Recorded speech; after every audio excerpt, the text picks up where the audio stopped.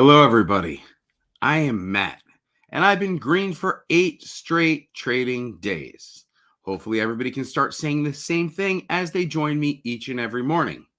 If you remember my strategy from yesterday, it was to wait patiently on the side. We still have debt ceiling concerns and wait for the right trade. So I'll be sharing that correct trade that I made yesterday shortly. I entered that trade 2 times. I'll also be talking about my other account that is a small account that's in Zim.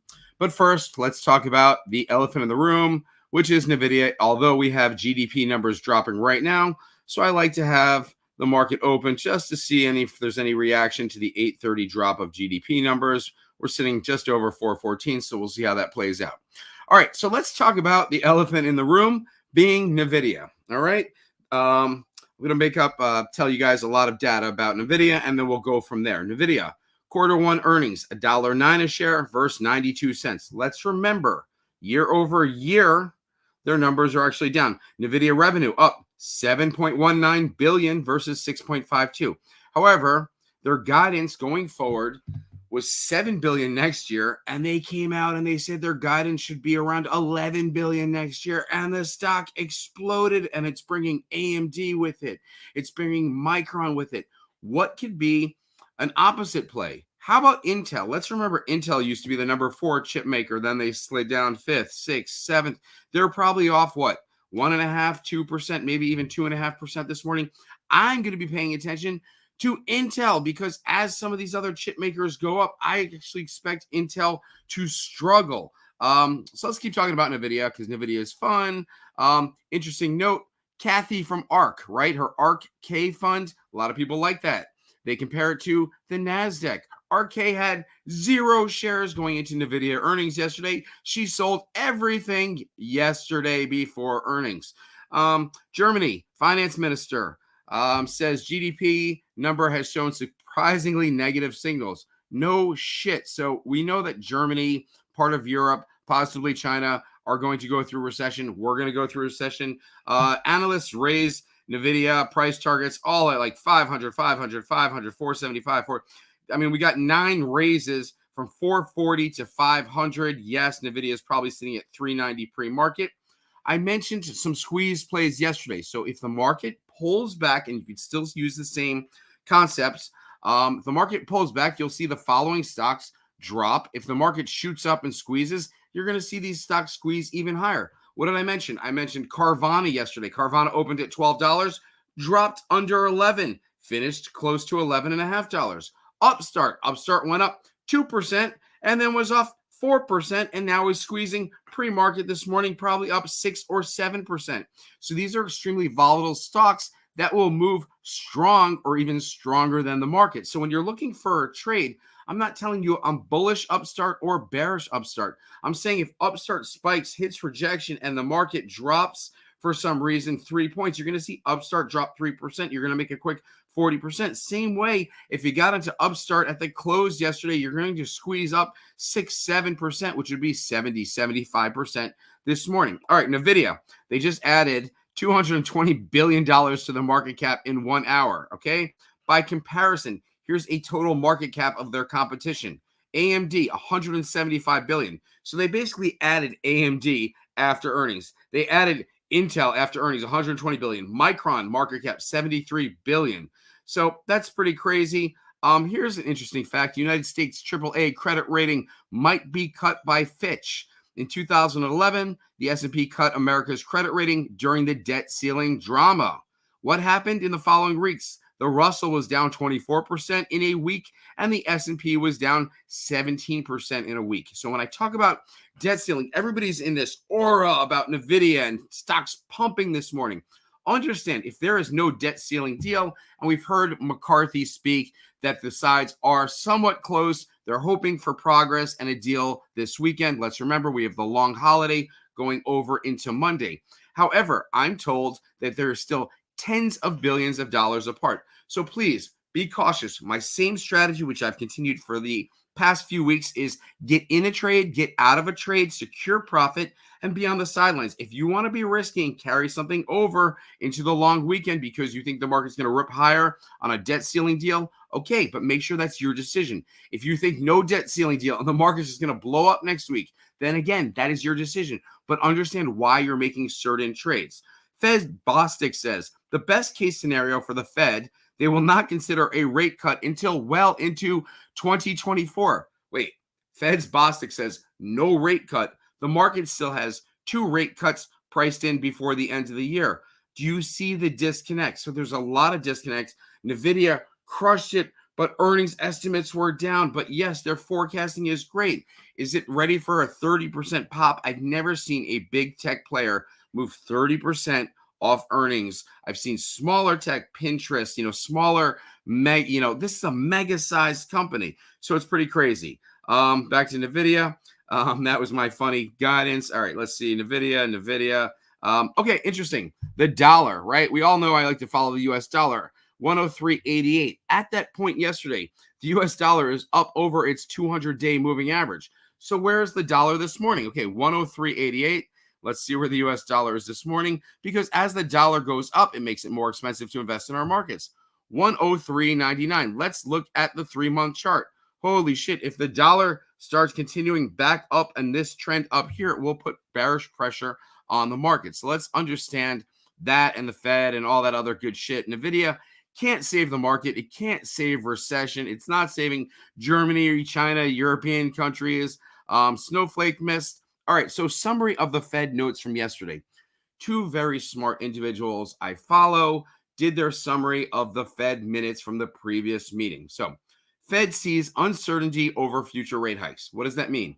It means half of the Fed chairs think we should raise rates in June. Half says, no, that's going to really crush banks. Okay, debt default threatens tighter financial conditions. Yes, Fed sees mild recession in late 2023, later in this year. I already think Germany and possibly China are going through recession.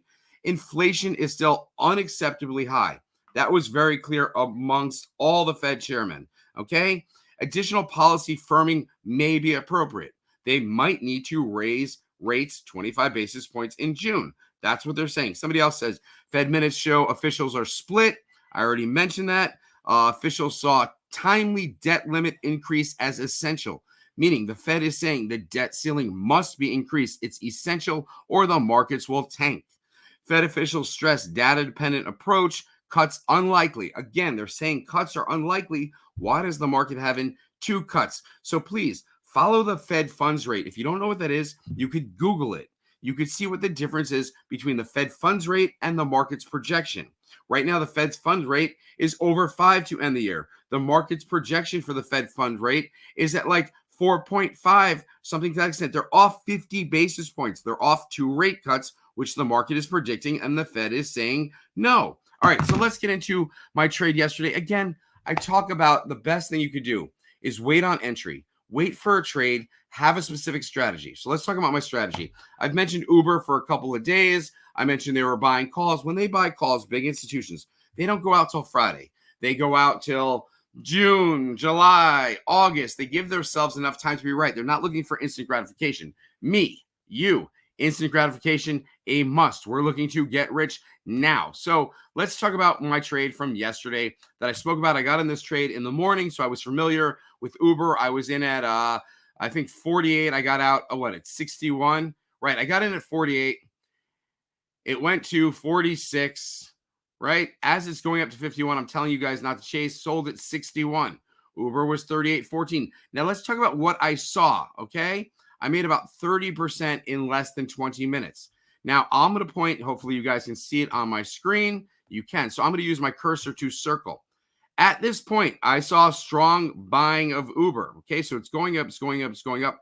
I say, okay, at this point, I want to get into Uber. But again, we don't chase. So as it's coming, what am I looking for? Retraction back to this level, which happened to have been like, 37.84, 37.86. So we hit that level once. We hit it twice. We hit it 3 times. I know I want to be in Uber. I see continued buying. However, it's following the market. So we're still seeing pressure. We're still at 37.90, 37.89. I'm 1% red right here before it spikes. What happens? We see a continuation play, strength in the buying for about 5, 10, 15 minutes. We see Uber press up, couple of long green candles. Okay, nothing to make me think I want to sell off this one. Consolidate, push higher. Okay, this one told me on the next green candle, I want to sell. So when we push up here, again, I didn't get max value. Max value was $65 a contract. Max value would have been like 44%. I got 29%. I was very happy. All right. All right. So that's just a quick lesson on how I entered or why I entered Uber. Again, I saw demand. When I see demand, do I enter right away? No. When I see demand, I look on Discord and I'll look at a couple of other big money plays and I'll say, okay, are they buying it? Yes. So here's what I want to do. I want to wait for it to come back. So I look at where contraction can be. So I look on the chart and I say, okay, it's at $38.04. It can come back 14 cents to $37.88, and that's my entry.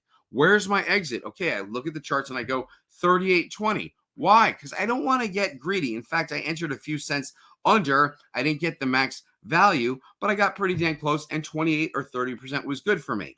All right. What else did I want to talk about? I wanted to talk about VWAP yesterday. It's very important when I'm trading the SPY. I want to see how it rejects or supports VWAP. I mentioned some Zim calls, so we can go to that small account that I put in $236, and it closed at $208. Let's remember, these options for Zim, Z-I-M, which I explained in yesterday's live stream, go out to June 2nd. What I noticed on ZIM is every time it contracts and goes down, it pops back up 20%. So it went down and touched $13, and I bought some shares at 14, at 13. But at $13, if I add 20%, that's $2.60. So I say to myself, all right, Zim could pop from $13 back to $15.60. It's done that 4 times, come back from the dead 4 times in the last 3 months. So again, that's why I bought up 2 weeks. And if I'm correct, again, that $200 account or $236 that I put into that trade, I started the week at $249, lost $11. I was down to $236. I have $2 on the sidelines. Worst case scenario, I lose $236. My options go out till June 2nd. I'm incorrect.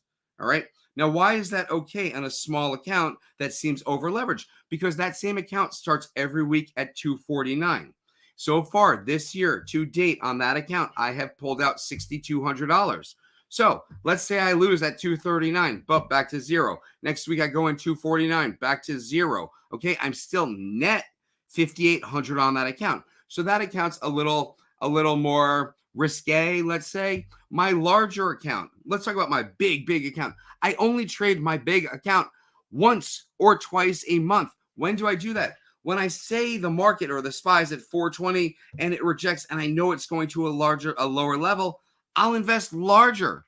Let's say we found support at 412 before this NVIDIA earnings, and I was like, we're going to ride it back up to 418. If I were sure about something and 100% sure. Now, right now, nobody can be sure in this market because we have debt ceiling concerns. Understand that if the debt ceiling doesn't get raised, the market will, the U.S. will go into default. There are some bills we're probably going to pay late anyway. Biden could use Article Amendment 14, Section 4, and raise the debt ceiling. However, it'll likely be challenged in court. So it'll likely go out 1, 2, 3 weeks, and we will still end up defaulting. So there really has to be a deal to be made. No side wants to cause the market to fall 20, 30, 25% and be blamed. Oh, shit, the Republicans did this. The Democrats did it. Biden did it. He would never get reelected. With that said, let's talk about the SPY. Crazy. It's crazy that the SPY is sitting at, I got to remove it. I got to share with you guys so we can talk about the levels. And then I'll go on to Discord again and I'll share the dark pool levels. But let's talk about the SPY. And I mentioned it was crazy because right now where the SPY is sitting at is exactly a key level to pay attention to. So I've got the SPY up. And again, I'm just using TradingView. Anybody can do this for free. We're sitting pre-market at 414.75. So if you guys remember my chart where we were trading for 3 straight weeks, do you remember the high side was 414.78, 414.82? So I mentioned this morning, if we were going to possibly reject, I'm going to look at 415. So the fact that we're trading up to 415 pre-market, does that mean I want to jump in puts right away? No, That would be like committing Harry Carey. That would be committing suicide. Who wants to try and call the top when NVIDIA is ripping to 400, AMD, Microsoft, AI is ripping up 13%. There are so many stocks that are ripping up. Apple's probably a little flat, Amazon little flat. I mean, they have to ride the coattails. So we'll see how that plays out. Plus, you have Dow stocks that have pressure. Starbucks was being sold. So who knows if 415 is the top, 418 is the top, 420 is the top. I mean, let's remember, debt ceiling worries. We just had GDP numbers. Europe is likely in recession. China, war going on, Ukraine, Russia. So again, when I see the top and I see volume, and I'll show you what I'm looking for. So let me go back to, here we go. What am I looking for? So I go and I'll go to the 3 or even the 1 minute chart, and I'll see volume picking up here. So I can say, okay, bullish trend. But if I were going to get into bullish trend, I'm going to look for a pullback. So if I wanted to be bullish yesterday afternoon, I could have said, okay, I want to buy calls, but I'm going to look for selling on the 1 and 3 minutes. So if I go to the 3 minute, you'll probably see a red candle right about here, right? So on this red candle, when they're selling, it gives me opportunity to get back in. If I were to get back in at 411.63 and I ride it up here and I see a candlestick top like this, I'm thinking I want to sell. Boom, you sell. Does that mean, let's say you're not in calls? It could also be a signal to get into puts. And then what do? Ride it down to the end of the day. I want to day trade because I want to get in and out. But again, I'm looking at volume as we started off yesterday morning. You could have saw that we were going down at 412. What did I tell everybody on my Discord? I said we're going to see at least 411.40 because that was a huge dark pool level. What did we end up seeing yesterday? 409 and change. Where's the dark pool level? 409.72. What did we touch yesterday? That's a great question. I wish I knew, but I know we touched at least 409.79. So I'm thinking 409.72. So with that said, let's analyze the dark pool levels and give you guys a leg up. So let me get back on the screen. Let me stop sharing that one. We'll get to the dark pool. Somebody asked me, hey man, is your Discord free? We have free Discord. We also have the paid service. The paid service includes the channels with the algorithms, the options alerts, the bullseye trades, when Romeo trades live. But if you want to be on our Discord, yeah, we drop some pretty interesting shit, and there's data and let me just add this to the stream. Sorry. So here we go. So I will go here. I will go to Discord. I will go to the flows and algos room. Okay. There's a how-to in case you don't know how to use it. But the first thing I'm going to do is pull up the SPY dark pool levels. Somebody has beat me to the punch. So make sure you're all looking with me. And I'm saying to myself, okay, 411.42, which is where I thought we'd close yesterday. We closed at 411.15, so we were pretty damn close. Why? Because this is the largest dark pool level. Now, when we crashed through this dark pool level yesterday without any hesitation, I said the same could be true on the way up. There was no hesitation on the way down, so telling me big money did not get involved. There was no hesitation on the way up telling me big money didn't get involved because there's so much big money on the sidelines because of debt ceiling concerns, okay? Plus, the market's been ripping higher and people are like, we're in a bear market. So why risk versus reward would they put in money? So where could we reject today? Again, write down these numbers. We'll probably see support at 411.42. So say we go up to 416. Where could the downside be? If we go up to 416, I think we'll see 412 on the downside. We could pop and then drop. So let's see where the dark pool levels are. 411.42, we got that. 409.72, I mentioned that one yesterday, which is where we dropped to when we pass this level. So when we pass a level, you're in no man's land until you hit the next level. If we go up, you're looking at 413.13, and you're like, okay, is that support or resistance? Support, because we're above that. 414.83, not to mention, for 3 straight weeks, 415 was the high. So I'm watching this number right here. And again, when we're sitting pre-market at 414.83, that's where we're sitting. 414.83. Where's the dark pool level? 414.83.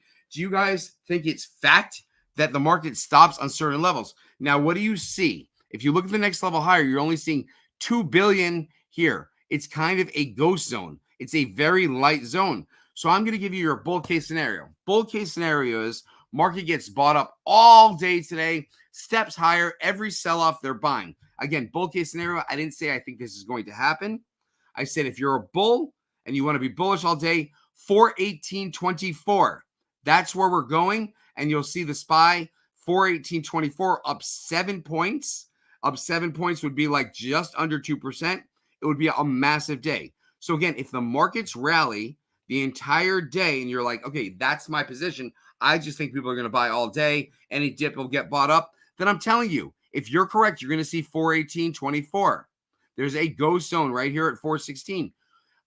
If you're a pessimist, if you're a bear, if you say Nvidia is overrated, if you say it's crazy that it's going up 30%, there are other people that say that. I've seen some people on Twitter that started shorting Nvidia at $462, $468, $474.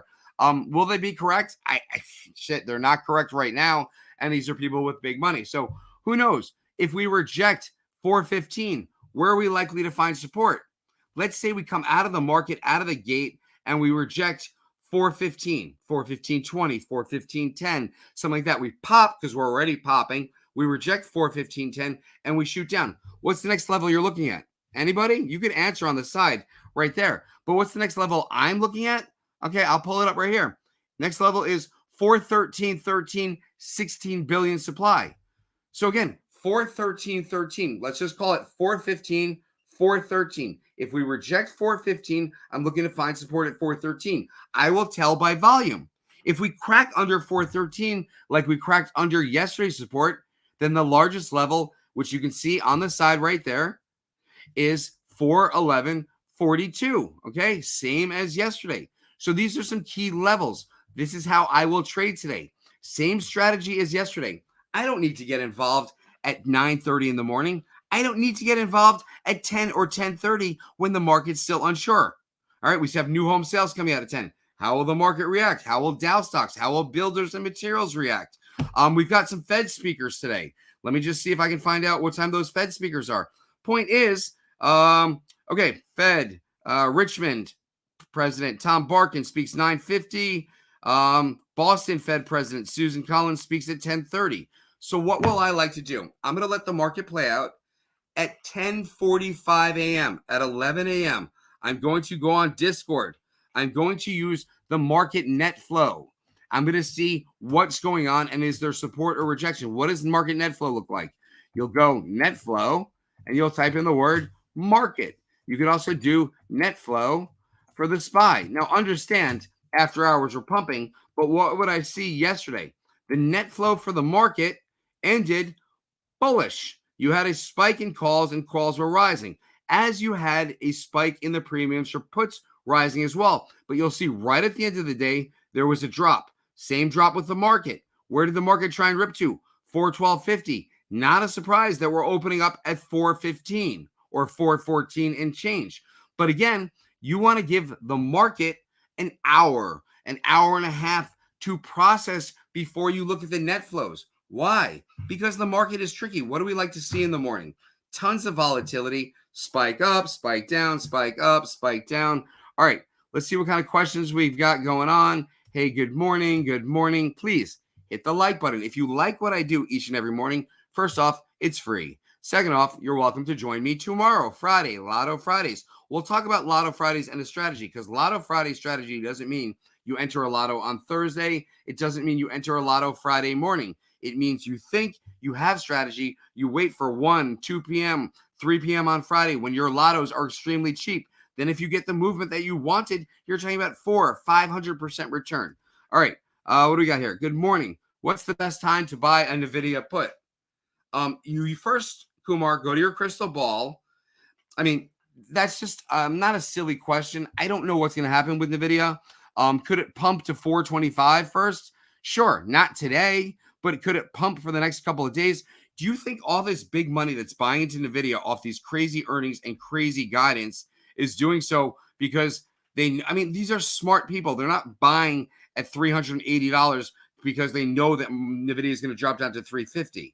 Yeah, I've heard people talk NVIDIA is up 30%. It could easily drop 10% today, and we can rescind back to 360. Yes. Do you know that to be true? Because NVIDIA could easily be in demand from hedge funds and institutions that don't trade pre-market and after hours, and they could be wanting to buy up to who knows what price point. So again, be extremely cautious. Wait for the IVs to come down if you want to chance it on NVIDIA. Again, I would rather be short something like Intel. I'd rather have puts on Intel, because if you're telling me NVIDIA is going to come down 10% and AMD is going to come down 10% from its high and back where it was, then I'm saying Intel, from wherever it currently is pre-market, let's say $29, it'll come down 5%. It doesn't even have to come down 10%, but it's still going to be more red. So again, there are different ways to play. Do I see Rivian making a break from its 430 to 450 range? I know it's been running there. The upside is $15.20. I mentioned this the other day. Rivian's upside, I know this one. I follow the chart. If it's going to be bullish, it's going to $15.20. Here's the counter argument. If it's going to be bearish, it's going back to $13.10. So the fact that it's at $14.30 and you're saying, okay, NVIDIA is pumping, does it save the whole market? Let's say the market throws up on itself and everybody's like, F you, NVIDIA. I'm selling. I'm using this fake pump to get out of my shit, the same shit I didn't get out of at 418. There are bears in the market. Again, I'm a wait and see guy. I am a bear, but I understand the flows are totally bullish. Straight up Green Day. Well, I mean, that's what people would think. Hey, NVIDIA is going to carry the whole market, but I don't think so. If I got involved for the past few days, I would have made bank. Yeah, I mean, people are like, hey, man, if I bought this option, I would retire. If I bought that, it's all about safety. Okay, I mentioned the 3 S's: safety, secure profit, and I forgot the other one, but basically do it again. All right. I was stress-free. I like to be stress-free. What's that mean? It means I follow my strategy. My strategy with Uber yesterday was in, out, secure profit. If I had held on to Uber longer than my time frame, it went to $47 up to $65, the option I was buying and selling, sold at $61. Then it went down to $48. Who wants to ride the freaking elevator? Hey, Matt, today it would be up. Yeah, but did I know NVIDIA was going to crush? I knew NVIDIA would beat top, side, and bottom. I did say that. Did I think they would crush and give such guidance? No. I mean, that's crazy. Already made 2% for the day off AI. Yeah, you need something to watch for. That's where I get in trouble. Haha, my 1% count is up 15%. Yeah, that's a great start, K-Dub. Don't get yourself in trouble. I am guilty. I am so guilty of getting myself in trouble. But who remembers how I started out today's live stream? Hi, I'm Matt, and I've been green for 8 straight days. It sounds like an AA, GA, NA, some type of meeting, but I would love to come back tomorrow and go, hey, my name is Matt. I've been green for 9 straight days. It's so much better than getting into a bad trade. It's so much better than getting into a trade spur of the moment on emotion, because you could see a stock going up and you're like, I want to ride that, but then you get stuck in it too long. You still think it's going up. You're holding the bag and it's going down. All right, so what do we got, Josh? Josh, I'm staying away from the Qs. Am I staying away from the Qs? All right, I'll tell you my viewpoint on the Qs, okay? Institutions, hedge funds, big money. They are so heavily weighted in technology, more so than ever before in this market today. That means NVIDIA, AMD, Microsoft, Google, even Apple or Amazon, which might be red this morning, or Netflix. They are so heavily weighted in big technology, okay? With that said, at some point, they have to sell and take profit. So if you're a hedge fund manager, let's put us all in that place, and your hedge fund or your positions are up 22, 25, 40, 71%, what are you going to do? You're going to scale out. Do you think the market should go higher? Yes. Are you concerned about debt ceiling and other geopolitical conditions? Yes. Do you need to show positive, crazy returns on your hedge funds to get more money? Yes. So in my opinion, it's only logical that hedge funds and big money that are in tech, as it's spiking, are slowly unloading their position. Because if they don't, and we actually see a market turn and they're like debt ceiling concerns, and the market drops 3%, and then you got big money trying to all sell large positions at the same time, you would see a market crash. The dark pool is big, but it's not that big. So let me just look at a couple stocks, tell you what's on my watch list today. Again, already shot the video for Discord, so if you missed it, please check out that pre-market video. All right, so we've got NVIDIA up close to 30%, 394. Could it run to 400? Sure. I would be watching just under 400 psychological level. But again, a lot of guidance raised over that. S&P, again, we're sitting right at, 415 flat. Key crazy number. And if I'm going to go back to Discord and bring up the numbers I'm watching, because I didn't mention the upside. Oh, I did mention the upside.